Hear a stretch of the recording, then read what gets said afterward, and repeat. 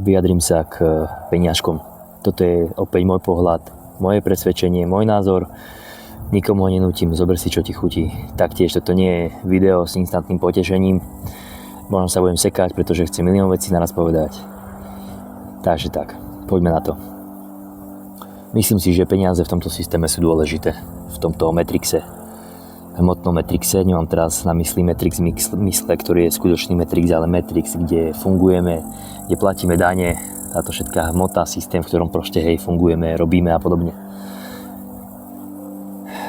Myslím si, že tu sú peniaze potrebné, pretože tu teraz nefunguje barter, výmenný obchod alebo iná forma, takže si vlastne kupujeme veci a služby skrz peniaze.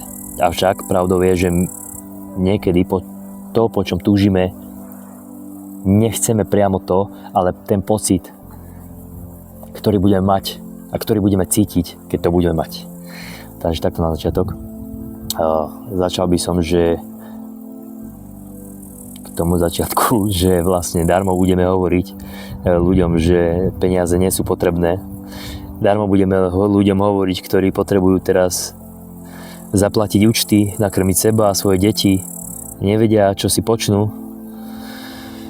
Darmo im budeme hovoriť, keď žijú z ruky a do huby, že peniaze nie sú potrebné. Áno, môžu s tým niečo urobiť, ale to už je na inú tému. Potom sú tu ľudia, ktorí budú hamižne tvrdiť, že je to len o nich. Budú mať všetky tie majetky a že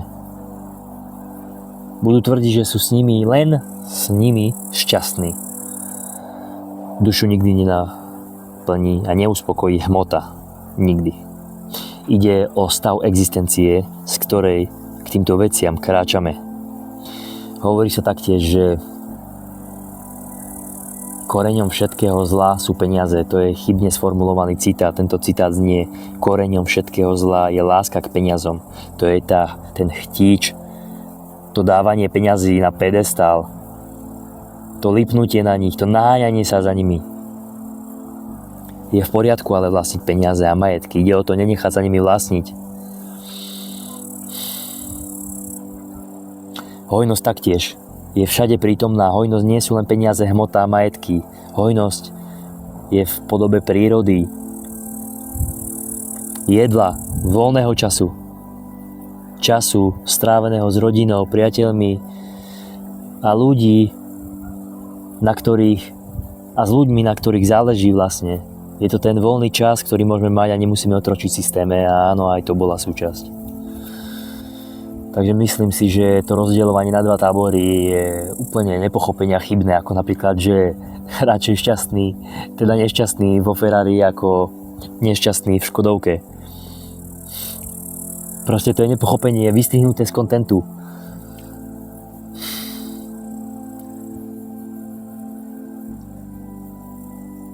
Hojnosť je všade prítomná. Vesmír, ktorý operuje skrz nás, je všetko všetkým, všetko priťahujeme proste, len si to blokujeme skrz finančné presvedčenia, ako tie najmenšie, proste nie sme ich hodní. A myslíme si a máme tam presvedčenia, ako proste, že peniaze sú zlé. A milión takýchto presvedčení, že nerastú na strome a podobne. Ja sa k týmto blokom obmedzeniam vyjadrujem aj v svojom knihokurze. Jedným z najhlbších týchto blokov je presne tá nízka sebahodnota, ktorá pramení z detstva a je ukotvená v nervovom systéme. To znamená, že peniaze nemusia znamenať len presvedčenie, že sa zabezpečíme, ale môžu znamenať naopak ohrozenie. To znamená, že ty zarobíš peniaze alebo zarábáš skrz svoj zámer ideálne, kedy ti peniaze prídu ako vedľajší produkt, ale proste nejak peniaze máš, získaš, vyhráš, to je jedno. Vieš, čo to znamená pre teba? Že by si napríklad sa mohol vystaviť situáciám s blízkymi, kedy oni prídu a budú tieto peniaze žiadať. Áno, je v poriadku podeliť sa, ale napríklad nenecháš sa zdierať, proste odmietneš, lebo vieš, že na ich ceste teraz by im to nepomohlo a tak odmietneš. To znamená konflikt. No a pre tvoj nervový systém to znamená, že si povie, pozri, doteraz sme prežili, ale peniaze nás ohrozujú. Táto situácia vytvára ohrozenie, nepríjemné pocity a podobne, takže nie, odmietnem peniaze, si povie nervový systém. Takže nech sa nachádzaš kdekoľvek, nech máš akékoľvek bloky, presvedčenia, je to v poriadku a dá sa s tým pracovať. Dá sa žiť inak, nemusíš byť chudobný. A aj chudoba je v poriadku. Máš ľudí, ktorí sa narodia bohatí a sú nešťastní a nevďační, lebo majú všetko. Je to o tom z tej nuly ísť na ten milión alebo zámer. Ale nemusí to byť ani o tom. Môžeš len byť, každý má svoju cestu. Len som povedal svoj názor, ako to vidím s tým peniazmi a že je to slepé proste obmedzovať sa a vidieť len ten uhol pohľadu alebo len ten uhol pohľadu, je to o tom spojiť proste. Ak by ťa zaujímalo viacej, tak pozri knihu Kurz Profile.